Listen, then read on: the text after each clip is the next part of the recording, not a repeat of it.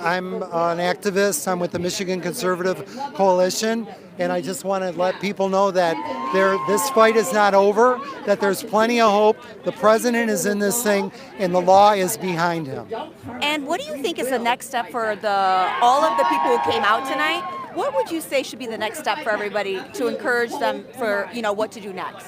I just think that outpourings like this show state legislatures, show lawmakers that basically the people are not going to roll over. They're not going to just accept the result of this. People are rejecting it, they're upset, and they want to see the law followed. Ultimately, tonight, the United States Supreme Court agreed to hear the Texas argument, which basically claims that the voters of Texas were disenfranchised by what the governors of 4 states did when they just made up election law on their own and violated Article 2 of the U.S. Constitution. And now I understand that there are 3 other states that have joined the Texas lawsuit. And do you think that Michigan plays a big part in this whole, process that's happening right now? Absolutely, because Michigan is one of the 4 states where the governor went around the legislature and just created a second election.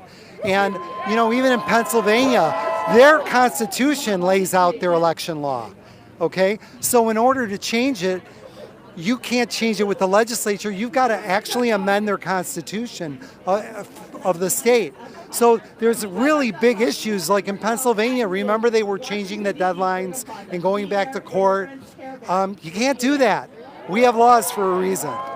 The important thing for people to understand is that, yes, the election fraud is a huge issue.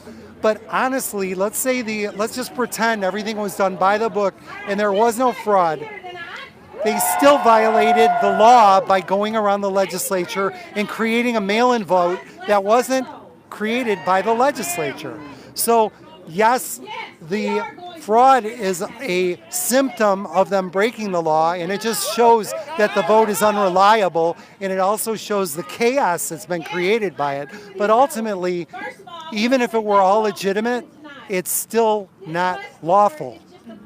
And are you planning on going to Washington, D.C. on December 12th? You know what? I actually have a speaking engagement in another state, or I would be there. But I have gone to many, many rallies and engagements, and I encourage all of your people that are viewing this to please consider getting engaged, because the more people that are, the more it puts pressure on their state legislature and the federal government to do the right thing.